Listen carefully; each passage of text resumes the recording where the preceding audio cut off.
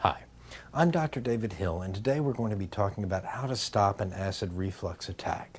Now, when we want to know how to stop an acid reflux attack, we also want to think, how do you know you're having an acid reflux attack? And this is a little frightening to doctors because a lot of people who actually have heart disease attribute their chest pain to acid reflux instead. So we want to stop and ask, are you somebody who is at high risk for heart disease or for atypical presentation of heart disease? If you're a middle-aged or older woman, it's somewhat dangerous to assume that the chest pain you're having is from heart disease, is from reflux. Women tend to have atypical chest pain with their heart disease that they may attribute to reflux.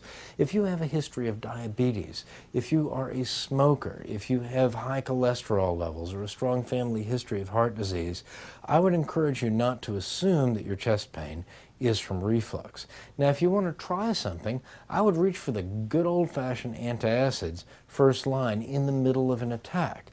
They're not great medications for controlling reflux, especially in the long term. They're actually pretty lousy. But in the short term, right now at the moment, they do exactly what they say they do. These are bases, and a chemical that's the opposite of an acid, that interacts with the acid in the stomach and neutralizes the pH, makes it closer to water and less like the hydrochloric acid that our stomach lining secretes in order to digest food.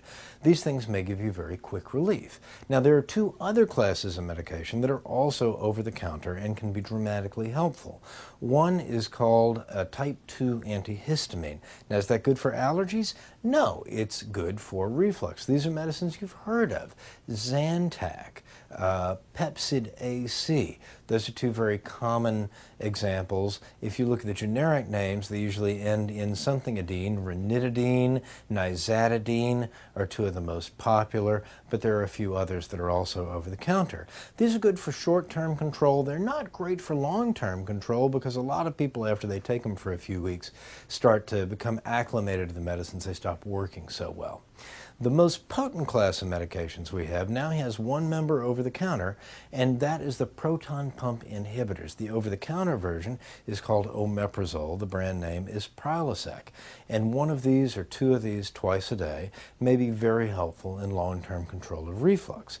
That said, if you're needing that sort of medication for more than a couple of weeks, it's certainly time to see a doctor. Reflux can be a very serious condition. It can cause scarring of the esophagus that makes it difficult to swallow in the future. It can cause a precancerous condition called Barrett's esophagus, and Barrett's esophagus, if untreated, can progress to esophageal cancer, which of course can be deadly. So this is not something that you want to mess around with for weeks or months on end without seeking a doctor's opinion, because if you need help, you really do need help. Talking about how to stop an acid reflux attack, I'm Dr. David Hill.